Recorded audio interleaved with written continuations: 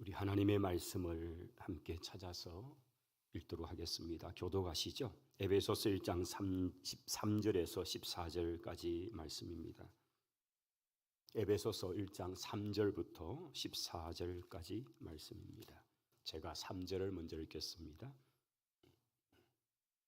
찬송하리로다. 하나님 곧 우리 주 예수 그리스도의 아버지께서 그리스도 안에서 하늘에 속한 모든 신령한 복을 우리에게 주시되 우리로 사랑 안에서 그 앞에 거룩하고 흠이 없게 하시라. 그 기쁘신 뜻대로 우리를 예정하사 예수 그리스도로 말미암아 자기의 아들들이 되게 하셨으니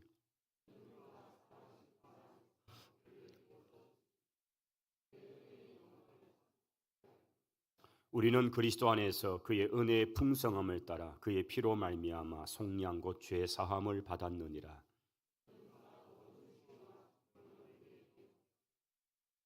그 뜻의 비밀을 우리에게 알리신 것이요 그의 기뻐하심을 따라 그리스도 안에서 때가 찬 경륜을 위하여 예정하신 것이니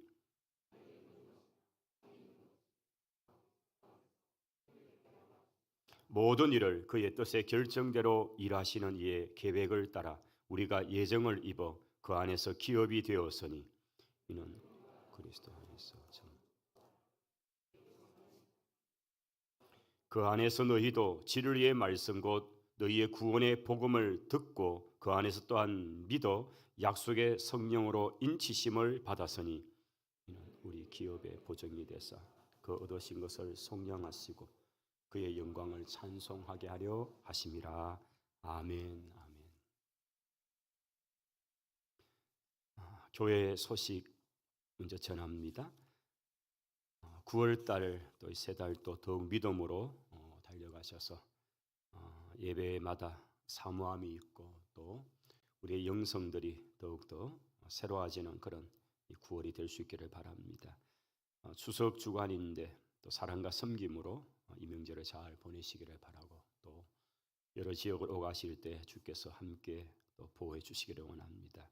추석 예배 가정안 추석 가정 예배안들이 이렇게 되어 있으니까 준비되어 있습니다. 필요하신 분들은 참고하시고요.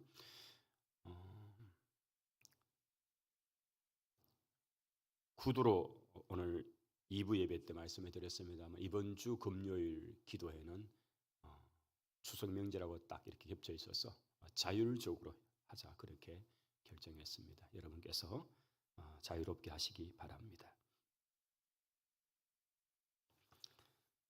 오늘 오후 시간에는 저희들이 에베소서의 말씀을 가지고 구원의 확신이라는 주제로 좀 말씀을 나누고자 합니다. 저희들이 9월 달에 들어와서 새벽에 또 가정에서 각자 또 매일 성경의 본문을 따라서 지금 이렇게 큐티를 하시는 분들은 에베소서 말씀을 저희들이 지금 묵상하고 있습니다.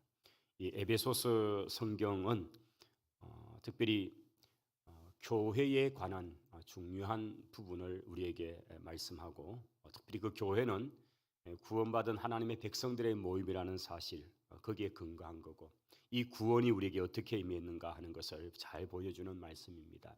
우리가 읽었던 이 말씀 속에도 구원에 관한 중요한 교리적 부분들이 잘 담겨 있는 내용들 여기 이제 예정이라는 단어도 나오고요. 또 하나님이 택하셨다. 창세전에 그리스도 안에서 우리를 택하셨다. 이런 선택에 관한 교리. 그다음에 그 복음의 말씀을 듣고 믿어 성령의 인치심을 받아. 이런 하나하나 단어가 우리의 기독교 구원론을 하나하나 정리하고 그것을 그 구원론의 체계를 확신하는 그런 부분들의 중요한 근거가 되는 말씀들. 이것이 이제 에베소서의 이 말씀 속에 참 많이 잘 남겨져 있습니다. 그래서 이 에베소서 말씀을 좀 많이 읽으시면 로마서라든지 갈라디아서와 같이 뼈대를 견고하게 신앙의 뼈대를 견고하게 세우는데 굉장히 중요한 성경이 있습니다. 우리가 뭐 피부도 잘 가꿔야 되고요, 뭐 여러 가지 그렇게 외모도 치장을 해야 되지만은 그런데 진짜 속이 늘 골병이 들어가지고 늘 집에만 가면 아야야 하고 누워 있으면 참 사람 구실이 안 됩니다. 뼈가 튼튼해야 되고 기초가 튼튼해야 되는데 우리 신앙도 똑같습니다. 그냥 보기만 좋은 게 아니고 그 뼈가 되는 부분들이 견고해야 되는 이것이 이제 교회에서는 교리적으로 말한다면 그런 교리적 부분이죠. 신학적으로 말하면 교리적 부분이고 이런 신앙의 중요한 그런 오확신이나 그런 이런 부분들이죠. 그래서 이 구원론에 관한 부분이 우리가 경고하게 써 있어야 흔들리지 않습니다.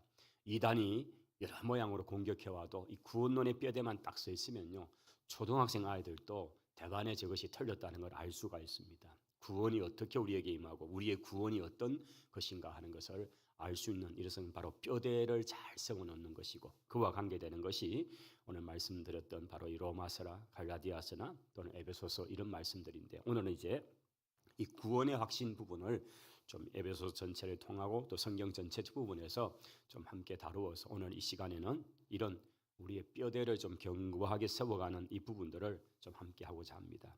이제 제가 준비된 좀 화면을 가지고 하나씩 좀 살펴보도록 하겠습니다. 한번 우리 같이 한번 읽어보겠습니다. 기독교는 구원의 종교이며 구원은 성경의 핵심적 가르침이다.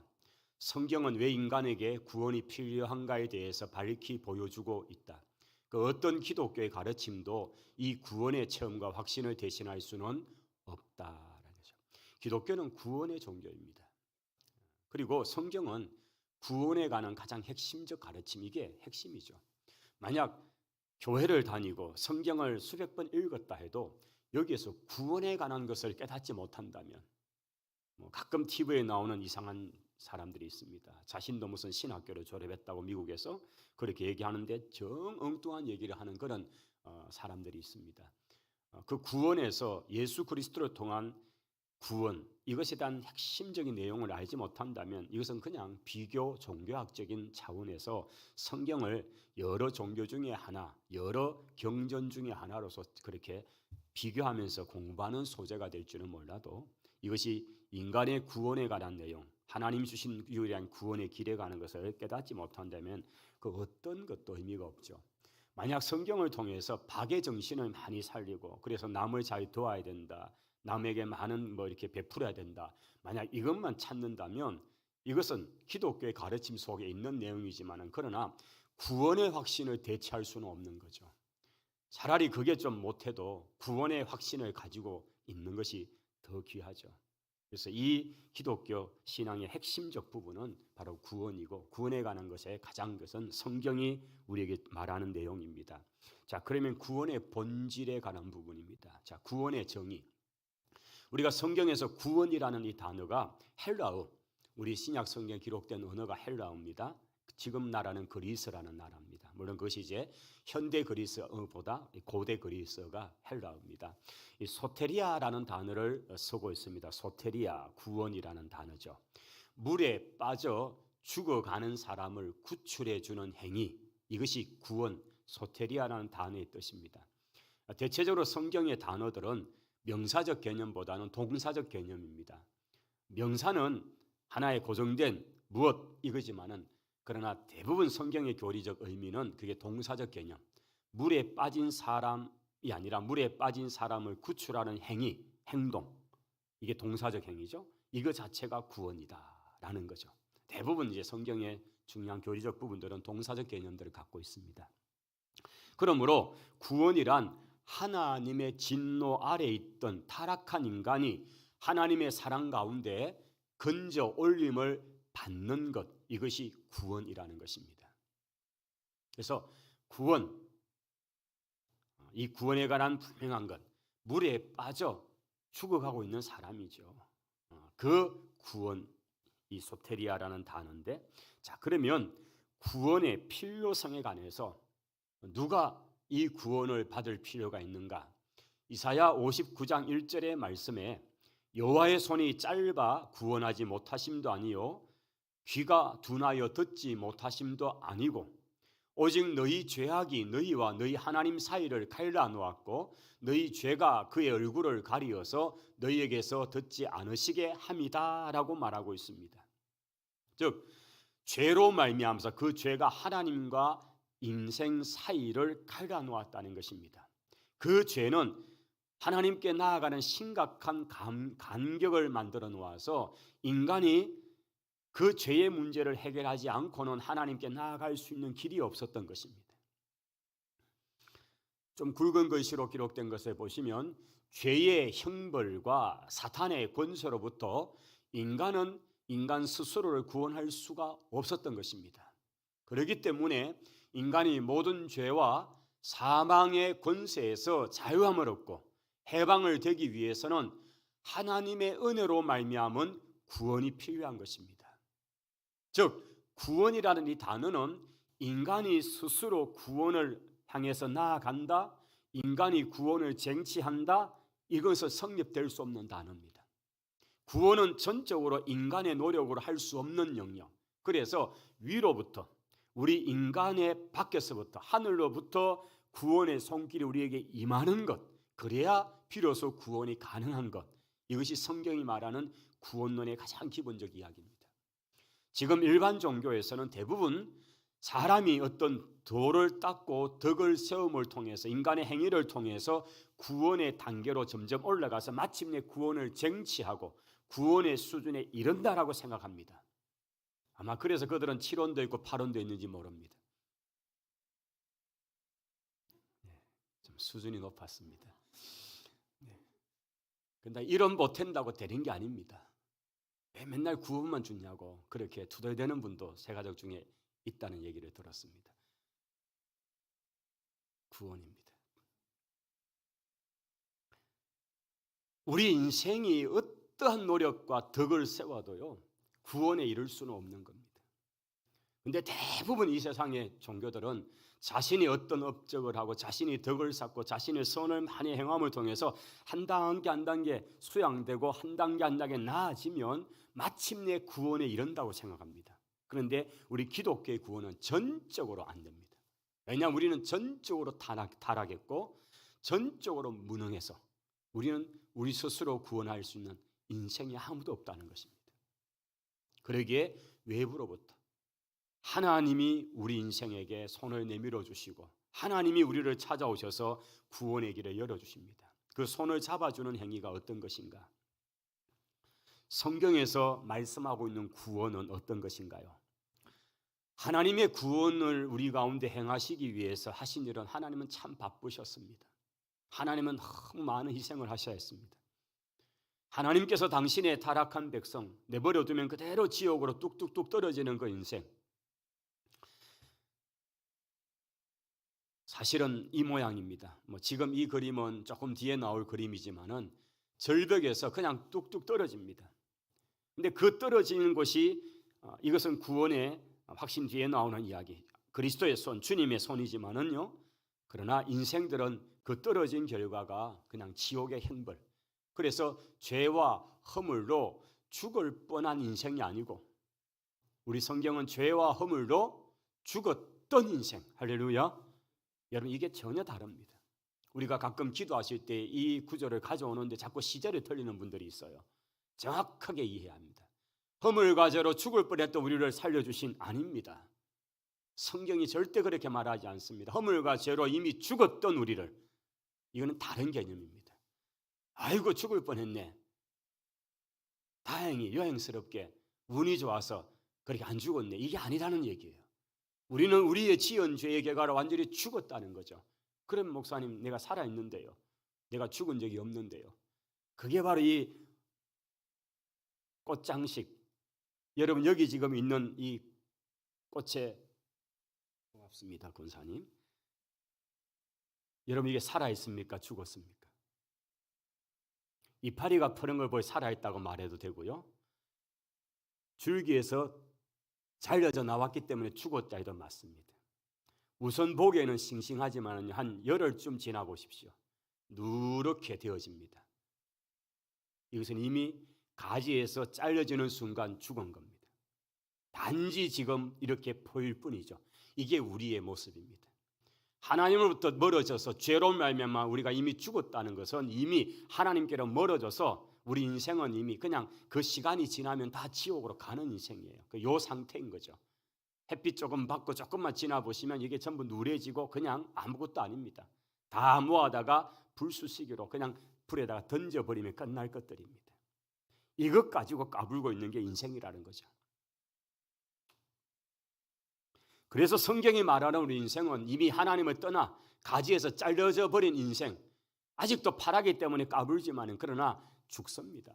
다 죽습니다. 그래서 허물과 죄로 죽었다는 그 선언인 거죠. 그런 우리를 살리기 위해서 하나님이 행하신 그 일이 무엇인가?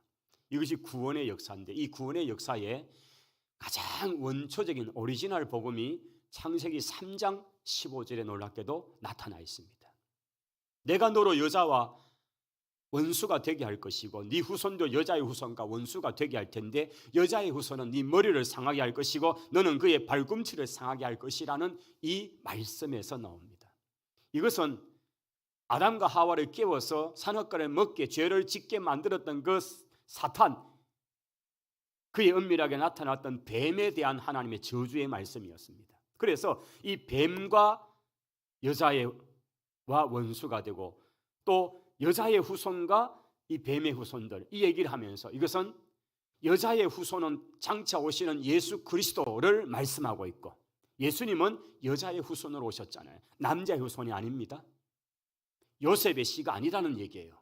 성령으로 말미암아 마리아 여자에게서 난 것일 뿐입니다. 여자의 후손으로 태어난 주님의 DNA는 남성적 개념이 아니었죠.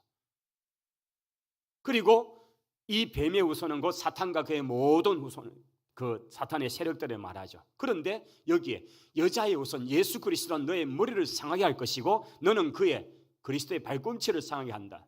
발꿈치를 물린 것은 주님이 십자가에 못 박혀 죽임을 당하는 그런 고통을 당하고 그런 수모를 당할 것을 말씀했지만 그러나 여자의 후손되는 예수 그리스도는 사탄의 머리를 깨부수므로 더 이상 그 사탄은 조금 꿈틀거리다가 영원히 끝날 겁니다. 이것이 지금의 사탄의 형색입니다.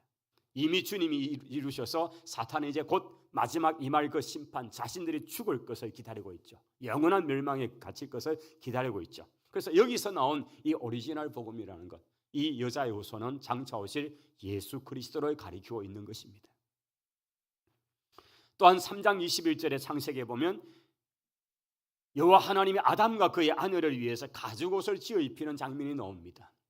범죄한 아담과 하와가 아무도 가르친 적이 없는데 두 사람이 굉장히 부끄러워하고 수치를 여기면서 자신들이 알몸을 했다는 사실을 그렇게 자각하고 그것을 가리기 위해서 무화과를 가지고 잎을 만들어서 이렇게 치마를 합니다.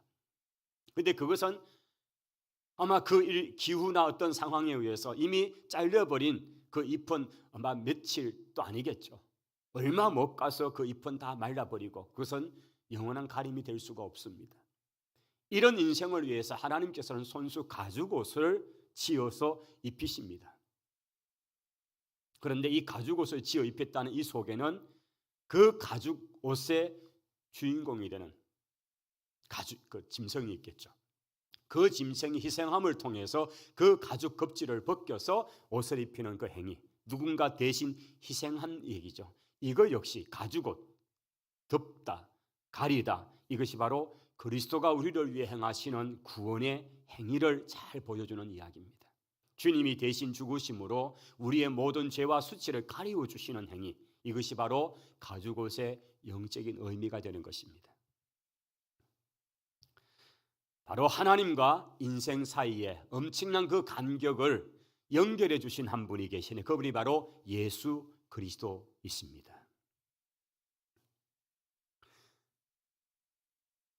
로마서에 가면 육신으로 우리 조상인 아브라함이 무엇을 얻었다 하리요? 하나님께서는 아브라함을 통하여 이 땅의 모든 족속이 믿음으로 어렵다 하심, 즉 구원의 복을 얻을 수 있음을 보여주신 것입니다. 아브라함이 하나님을 믿음에 그것을 의로 여기셨다라고 하는 바로 그 아브라함의 믿음, 그래서 믿음의 조상이라는 그 이름을 얻게 된 것이고 아브라함의 많은 행적들 속에 믿음이라는 것들이 어떤 것인가를 잘 보여주고 있습니다. 또한 수많은 예언자들, 선지자들의 그 증거가 장차 오시게 되는 예수 그리스도에 관한, 메시아에 관한 증거들이 구약 속에 가득 차 있습니다. 구원은 하나님의 은혜가 나타난 것으로 누구든지 그를 믿기만 하면 얻게 되는 것이 바로 구원이다. 이게 구원의 성취. 그래서 구약도 계속적으로 바라보고 있는 것은 장차 하나님이 보내신 한 메시아가 있는데 그를 받아들임으로, 그를 믿음으로 구원에 얻는다는 것이 모든 구약의 바라봄이라면, 신약은 이미 우리의 시점에서 2000년 전에 이 땅에 오신 예수 그리스도가 하나님의 아들이 우리의 구원자이심을 믿는 것 같은 거죠. 구약은 장차 오실 분, 신약은 이미 오신 그분을 구원자로 믿는 것, 이러면 구원을 얻게 되더라 하는 것입니다. 할렐루야. 이게 구약과 신약의 동일한 내용입니다. 자, 그러면 구원에 이르는 조건이 있습니다. 자, 구원은 그러면 누가 얻게 되는가? 구원에 이르는 분명한 조건은 이 구원의 서정, 7가지도 하고요, 이렇게 정리를 하는데, 그 구원의 서정에 이런 단계를 제쳐놓고 구원 얻을 수가 없습니다. 그러나 이것을 다 차례대로 안다, 경험했다, 이건 아닐 거예요. 그러나 이렇게 이제 하나씩 보면, 아, 진짜 그랬다, 진짜 그랬네, 왜 내가 그렇게 눈물 흘리고 내가 그렇게 회개의 시간을 많이 가졌는지, 이게 다 구원의 여정 속에 나타나는 것들이기 때문입니다. 그 첫째는 뭐죠? 회개입니다. 여러분, 이 구원에 회개 없는 구원은 절대로 없습니다. 인간 편에서 구원에 이르는 첫째 조건은 온전한 회개입니다. 마가복음 1장 15절에 이르시되 때가 찼고 하나님의 나라가 가까웠으니 회개하고 복음을 믿으라 하시더라. 여기 회개라는 헬라어의 단어는 메타노이아라는 단어입니다. 메타노이아, 자기 중심 생각, 거기에서부터 그 생각을 하나님 중심의 생각으로 바꾸는 것입니다. 우리의 한 인격 속에는 지적인, 감정적인, 의지적인 이런 지정의가 우리 인격에 다 있습니다. 이 지정의 전 영역의 부분에 전적인 변화가 나타나는 것입니다. 여러분, 회개하고 유사한 회개는 다른 것은 일반적인 후회, 근심, 또 죄책감 때문에 막 슬퍼하고 불안해하는 것, 이것은 진정한 회개가 아닙니다. 그건 회개에 발을 딛다 빼다만 하는 거지, 회개는 그 안쪽으로 들어가야 됩니다. 후회 정도가 아니고요, 근심 정도가 아니고요, 죄책감 때문에 일어나는 슬픔의 감정 정도가 아닙니다. 회개는 지정의 전 영역의 분명한 회개입니다. 그리고 이 회개케 하시는 분은 놀랍게도 성령 하나님이십니다. 그래서 성령께 구하고 주님의 십자가 앞에 구하면서 애통하고 회개할 마음 주시옵소서, 그렇게 구하고 구할 때에 성령의 은혜로 회개가 정말 상상도 못했던, 내가 살면서 기억도 못했던 그런 일조차 기억나게 하시는 역사가 분명히 있게 됩니다. 그래서 심지어는 2살, 3살 때에 했던 행위조차도 토설하게 만들어내시는 것이 성령께서 회개로 이끌어 가시는 놀라운 역사입니다. 할렐루야. 여러분, 깊은 회개의 단계를 반드시 경험하시기를 바랍니다. 두 번째는 믿음입니다. 로마서 10장 9절입니다. 한번 같이 읽겠습니다. 네가 만일 내 입으로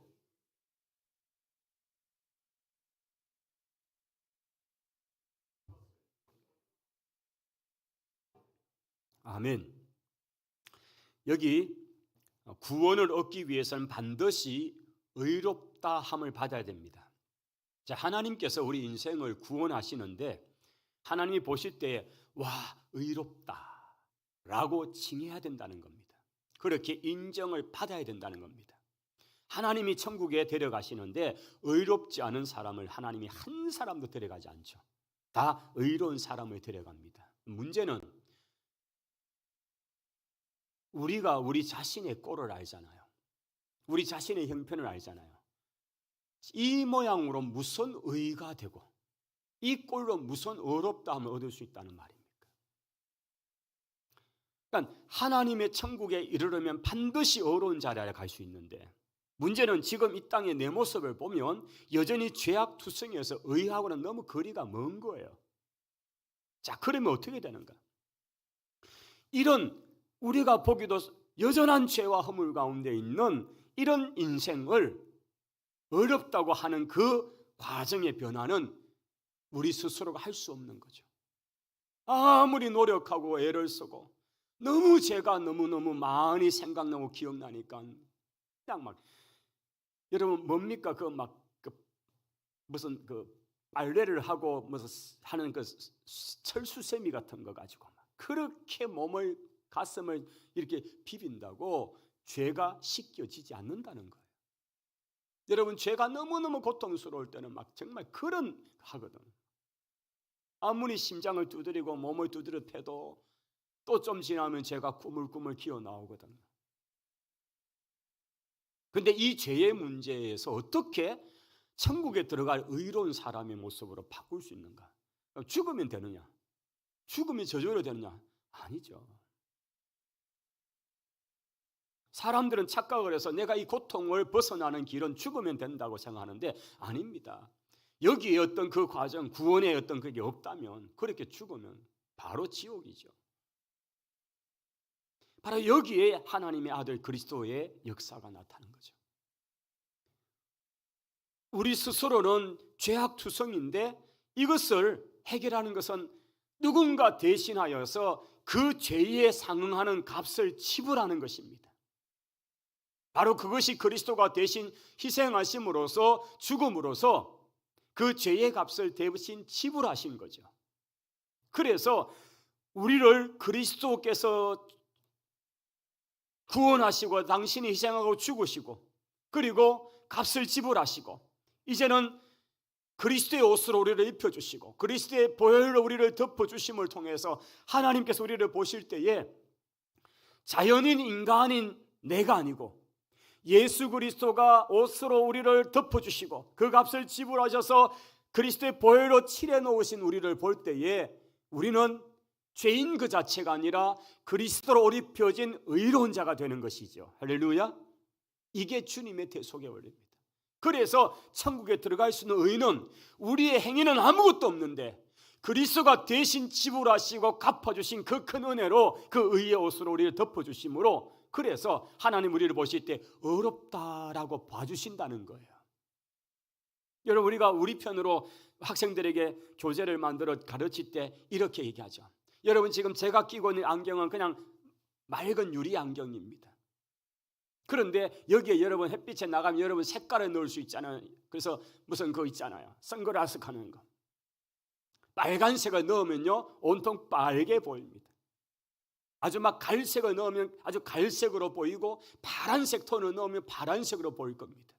하나님께서 우리를 보실 때에 마치 선글라스를 끼신 것 같이 그리스도의 보혈의 색깔로 우리를 딱 보시니까 우리가 어떻게 보여요? 죄악투성이가 아니라 그리스도의 보혈의 은혜로 칠해져 있는 그런 하나님께서 보실 때 어렵다. 내 아들 예수 그리스도로 말미암아 의를 입었네. 의의 옷을 입었네. 그래서 너는 죄가 없다. 그렇게 우리를 천국으로 인도하시는 줄을 믿습니다. 이게 구원론의 중요한 이야기예요. 구원을 얻기 위해서 반드시 어렵다함을 얻어야 하는데 그 방법은 예수 그리스도께서 구주가 되시고 죄의 사망 권세를 이겼음을 믿는 것입니다. 바로 이신칭의라는 그 단어, 이 한자를 풀면 이신, 믿음으로 말미암아 칭의, 어렵다함, 칭함을 받는다. 이신칭이라는 교리가 그거예요. 원래 어려운 게 아니고 이런 예수님을 나의 구원자로 믿을 때에 너는 어려운 사람이야. 너는 어려웠어. 너는 그리스도로 옷 입었네. 이렇게 우리를 여겨주시는 것. 칭의라는 단어가 그겁니다. 어렵지 않는 인생을 어렵다고 여겨주시는 것.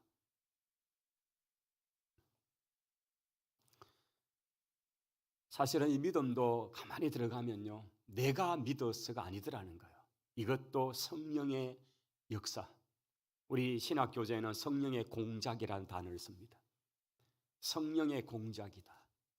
우리 속에서 은밀하게 역사하시는 성령께서 믿음을 주시는 겁니다. 여러분, 똑같은 자리에 똑같은 말씀을 들어도요 한 사람은 어떤 사람은 그 말씀이 막 믿어지고 조금도 의심이 안 돼. 어떤 사람은 죽어도 못 믿고. 그것은 그 사람의 기질의 문제가 아닙니다. 성령께서 구원 얻을 자에게 믿음을 주시기 때문입니다. 아무리 끌어가지고 데려가 보십시오. 믿어라 믿어라 믿어지는 거 안 믿습니다. 그런데 믿어지는 저와 여러분은 성령의 역사에 기적 덩어리입니다. 할렐루야. gener한 이야기입니다.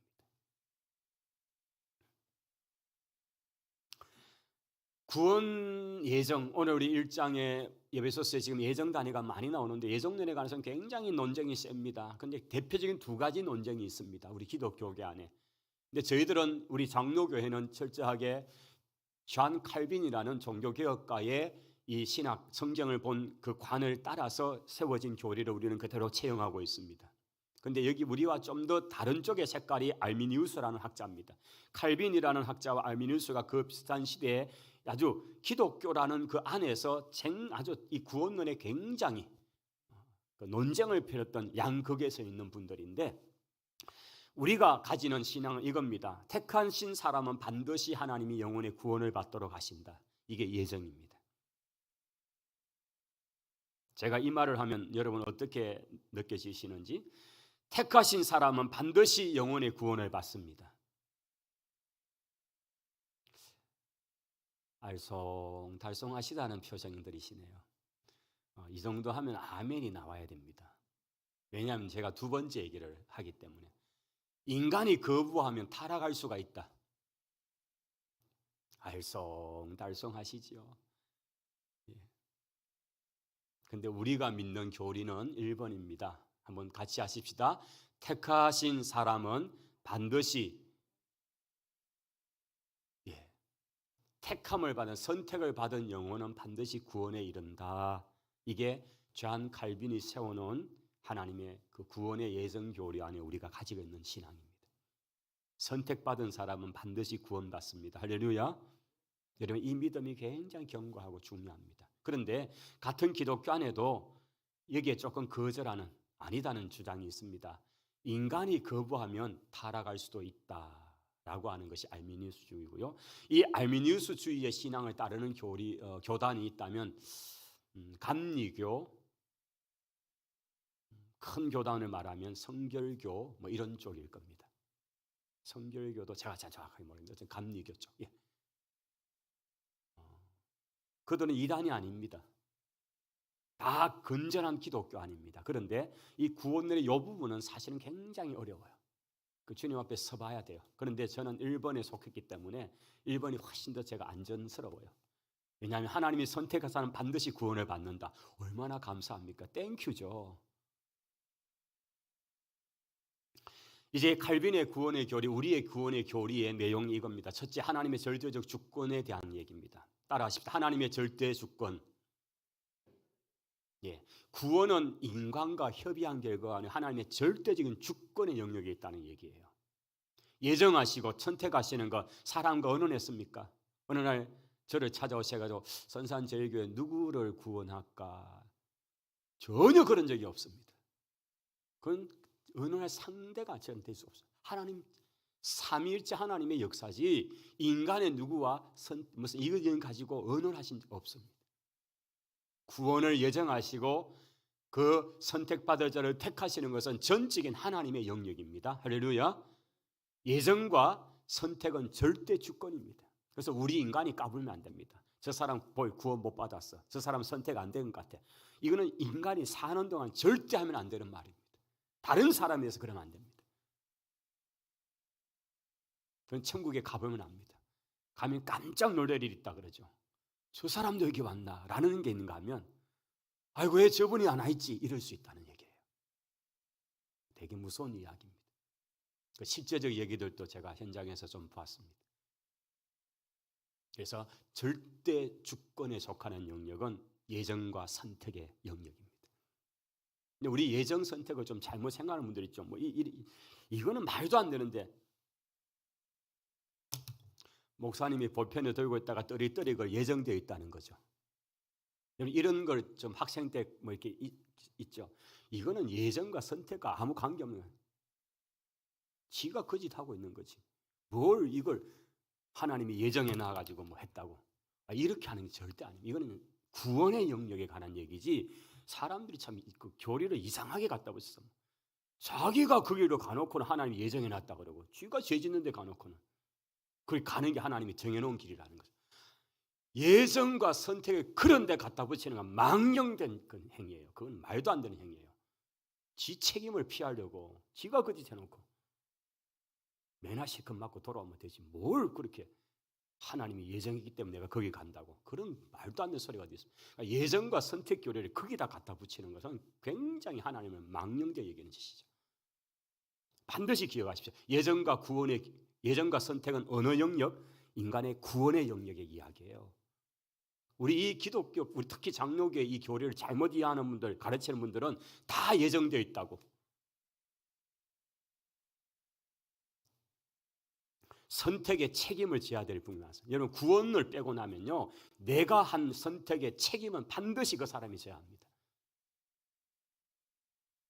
그래서 예정과 선택의 이 부분은 구원에 관한 영역에 대한 부분은 잘 갖지 않으면 자기가 행하는 모든 행위를 하나님의 선택 개념으로 자꾸 그렇게 곡해를 만들면 안 됩니다.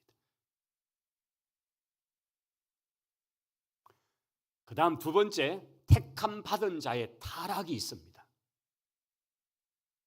이게 성경이 조금 보여주는 건데 이건 굉장히 어려운 영역입니다. 이건 함부로 얘기하면 안 됩니다. 그런데 성경이 보여주는 정도에서 어떻게 택함 받은 자인데 타락을 하지?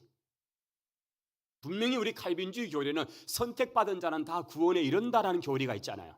이게 굉장히 중요한 교리인데 이번에 오면 좀 뭔가 상충이 되는 문제가 와요. 근데 택함 받은 자는 어떻게 타락할 수 있단 말이냐? 근데 실제적으로 그렇거든요. 있거든요. 그 결과 우리가 이렇게 얘기할 수밖에 없죠. 아이고 그런 줄 알았는데 하나님 앞에서 보니까 그가 선택받지 못했군요 라고 하면 되겠죠. 나중에 그러니까 우리는 모르는 영역이란 말이에요. 그가 선택받았는지 안 받았는지. 그래서 결론적으로 보니까 선택받은 자는 다 구원 얻는다는 게 맞다는 얘기잖아요. 그러니까 그 정도 선에서 맞춰야 되지 아직 결론을 못 받는데 선택받았니 못 받았니 얘기를 하는 것 자체는 하나님의 영역이라는 침해죠. 그런데 우리가 볼 때 택함 받은 자 같은데 타락하는 경우가 첫째, 따라하십시다. 성령님을 회방하는 경우. 성령을 회방하는 죄는 사심을 받지 못한다 했습니다. 성령 회방죄는 굉장히 심각한 부분입니다. 두 번째, 예수 그리스도를 부인하고 배반하는 겁니다. 예수님을 부인하고 배반하는데 안 되죠. 우리가 서신서들을 쭉 보면요, 신약 서신서를 보면 계속 바울이 외치는 말씀들은 그 시련이 온다고 주님을 배반하고 떠나버리는 사람들에서 굉장히 경고하고 막 하는 메시지가 있죠. 왜냐하면 그렇게 되면 구원의 길에서 떨어지기 때문에 돌아오라고, 매를 맞더라도 돌아오라고 하는 말씀들이 있는 것이 이겁니다. 계속해서 구원의 세 가지 모습 간단히 좀 봅시다. 그 첫째는 중생입니다. 거듭남입니다. 여러분 중생은 사망의 권세에서 벗어나 예수 그리스도의 부활의 새로운 생명을 받아 누리는 내적인 변화입니다. 거듭남, 중생, 우리가 뉴본이라는 영어를 단어를 씁니다. 여러분 거듭나지 않고는 중생하지 않고는 이게 니고데모와의 대화에서 하셨던 주님의 말씀입니다. 우리가 구원을 받았다면 여기는 반드시 거듭났다는 것이 전제가 되는 겁니다. 구원받았습니다 하는 말과 거듭났습니다, 중생을 입었습니다 하는 말과 같은 얘기가 되는 것입니다. 중생은 어떤 특징이 있는지 하나씩 같이 읽어봄으로써 좀 확신하십시다. 첫째, 중생은 예수님을 구주로 믿는 믿음입니다. 둘째, 중생은 깨끗게 됨을 말합니다. 셋째, 중생은 날로 새롭게 됨을 말합니다. 넷째, 중생은 우리가 예수님과 함께 십자가에 죽고 함께 부활함을 말합니다. 할렐루야. 여러분 중생이 뭔가, 거듭난 게 무엇인가, 이것을 우리가 잘 보여줍니다. 여러분 거듭나는 것은 신앙생활의 첫 출발입니다. 성도 여러분, 이 거듭남의 확신을 꼭 가져야 합니다. 오늘 말씀의 제목이 구원의 확신이죠. 같은 말입니다. 우리 신앙생활에 구원의 확신이 흔들려 버리면 이 신앙은 기쁨은 사라집니다. 기쁨이 없습니다. 근데 어떤 환경이든 관여치 않고 구원의 확신에만 서 있으면요, 여러분의 기쁨을 빼앗아갈 수 있는 사람이 없습니다. 이 구원의 즐거움과 기쁨의 확신 가운데 거하시기를 바랍니다. 중생의 방법은요, 하나님 편에서 거듭나게 하시는 방법, 하나님의 뜻에 의해서만, 하나님이 보내신 예수 그리스도를 통해서만, 하나님의 성령께서 역사하심으로만, 그리고 진리의 말씀으로 거듭나는 것, 자, 하나님 편에서 우리 인생을 구원시킬 때에 성부, 성자, 성령 삼일체의 역사가 있고 거기다가 진리의 말씀의 역사가 나타납니다. 사실은 이 네 번째 진리의 말씀의 역할은 성령이 하시는 역할이에요. 성령이 깨닫게 하시는, 말씀을 깨닫게 하는 역할이니까 실제로 삼위 하나님의 역사죠. 그렇다면 우리 사람 편에서 중생을 얻는 방법은 죄로부터 돌이키는 뭐가 있어야 된다고요? 회개가 반드시 해야 된다. 두 번째, 예수께서 구주이심을 시인하고 고백하는 믿음이 있어야 한다. 할렐루야. 이게 반드시 따라옵니다. 그래서 입으로 시인하고 영적 기도를 하고 내가 예수 그리스도 주로 고백합니다라고 고백하고, 이게 얼마나 중요한 것입니다. 자, 중생의 결과입니다. 예수 그리스도께서 성령님을 통해 우리 마음속에 거하십니다. 여러분, 굉장히 중요한 얘기입니다. 우리가 예수 그리스도를 믿을 때에 성령님을 통해 거듭난 그 사람 속에는 성령님을 통해서 주님이 우리 속에서 영원히 함께 거하시는 분입니다. 여러분, 주님이 하늘을 올려가셨잖아요. 그런데 놀라운 사실은 그 주님이, 하늘 보좌 우편에 계신 그 주님이 성령님, 즉 거듭나고 예수 그리스도를 영접한 사람에게 성령님이 임할 때에 그 주님이 우리와 함께 하셔서 영원히 떠나지 않고 같이 하시는 줄을 믿습니다. 이게 성자 예수님이 우리와 함께하는 사역입니다. 성령님이 역사하시는데 성자 예수님도 함께 하시는 것, 삼위 하나님이 한 번도 그 역사를 안 하신 적이 없는 거죠. 내가 너희와 항상 함께 있다 하시는 그 예수님은 성령님 안에서 여전히 함께 하시고 있다는 거예요. 그래서 이 중생의 결과 거듭난 사람에게는 예수 그리스도께서 성령을 통해 우리 마음속에 거하시는 이 역사를 하신다.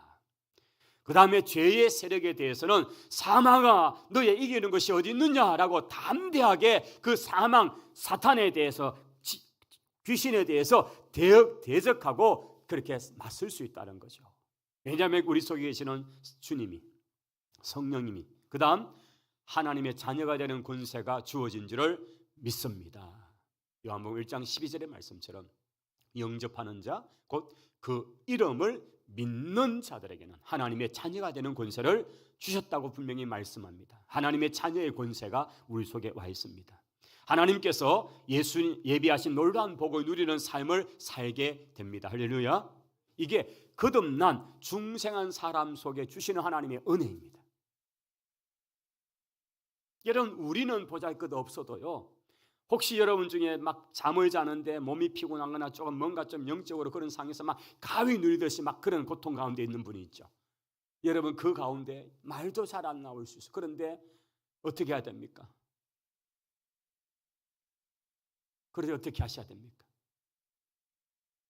뭐 침과 콧찌름 몇 번 바르면 됩니까? 손에 쥐 났을 때나 그러지. 그게 아니잖아요. 여러분, 입을 열어서 예수의 이름으로 명하노니 사탄아 떠나라. 예수의 이름으로, 여러분 예수 이름을 부르시기 바랍니다. 나는 형편없어도요, 내 안에 계시는 성령님, 내와 함께 하시는 예수 그리스도 이름의 권세가 있습니다. 마귀와 귀신이 벌벌 떠는 것은 내 꼴이 아니고 나와 함께 하시는 그리스도를 보고 떠는 것이고 그 이름 앞에 벌벌 떠는 것입니다. 그래서 주의 이름을 부르는 자가 구원을 얻습니다. 여러분, 무슨 몸에 건강이 안 좋아서 거의 누렸다, 가위 누렸다 하지만요, 그러나 좀 더 영적으로 보면요, 그냥 우리를 제압하고자 하는 그런 귀신, 사탄의 몸부림이 있어요. 여러분, 그냥 예수의 이름으로 명하시고 선언하시고 선포하시기를 바랍니다. 우리가 거듭난 하나님의 자녀이기 때문에 우리 안에 계시는 성령님이, 예수님이 그 이름의 권세를 발휘하시게 하시기 때문입니다. 중생의 증거는 무엇입니까? 따라하십시다. 하나님을 진심으로 아버지로 부르게 된다. 여러분, 하나님 아버지라고 기도하시는 게 좀 불편하십니까? 그래서 혹시 하나님 아저씨라고 하실래요? 아니잖아요. 하나님 아버지, 초등학생이든 손주든 여기는 하나님을 아버지로 부르는 이런 놀라운 은혜가 우리에게 주어졌습니다. 이게 거듭난 백성에게 주신 은혜입니다. 하나님 아버지, 예수 그리스도에 대한 증거를 가지게 되는 거죠. 주님에 대한 확신이 있고요, 가장 큰 증거로서 삶의 변화, 내가 이렇게 바뀐 거 봐라, 이 얘기를 할 수 있어야 되는 거죠. 봐라, 내 같은 사람이 이렇게 변한다. 예수 그리스도를 이웃에게 증거하고자 하는 소원이 생겨나는 것, 이게 다 중생의 증거들입니다.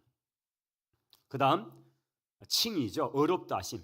칭의는 하나님 앞에 설 수 있는 상태, 하나님 보실 때 죄가 없는 상태. 나는 죄가 있는데 그 죄 없는 상태가 뭐라고요? 그리스도께서 옷 입혀주셔서 가리워주셨으니까. 주님은 우리의 보혈로 덧칠해진 모습을 보고 죄 없다라고 여겨주시는, 이게 칭의라는 거죠.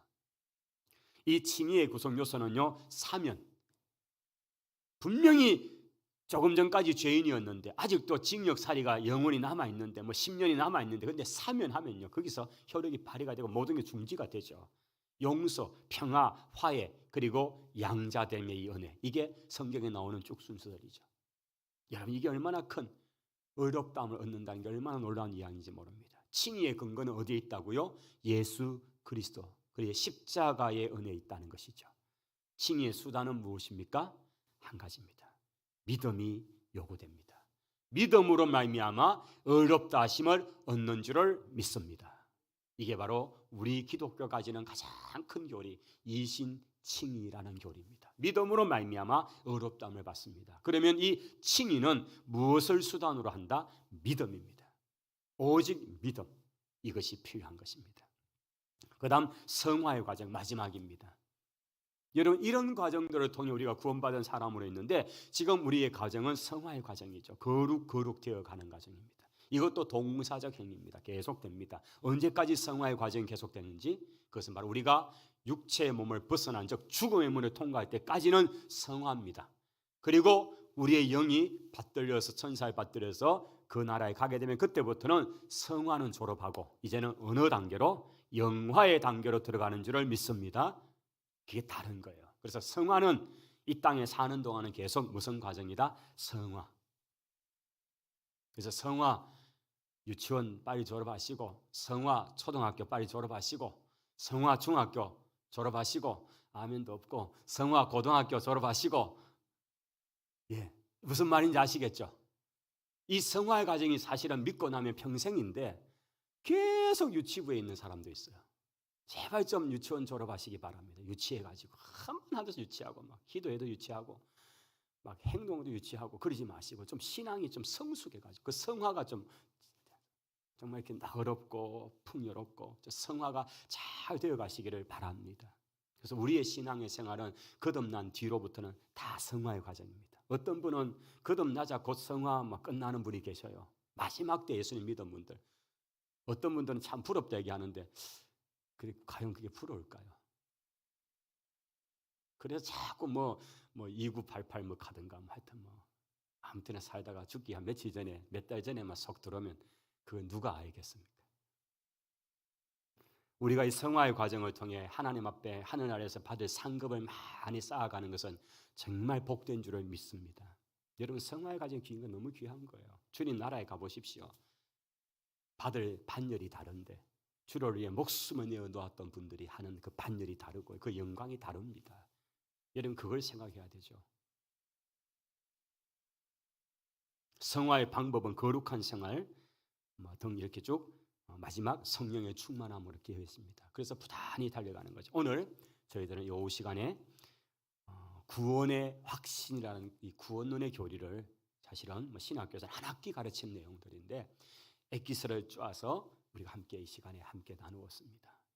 아무쪼 꼭 기억하선 구원의 확신 가운데 거하시기를 바랍니다. 기도하겠습니다. 하나님 감사합니다.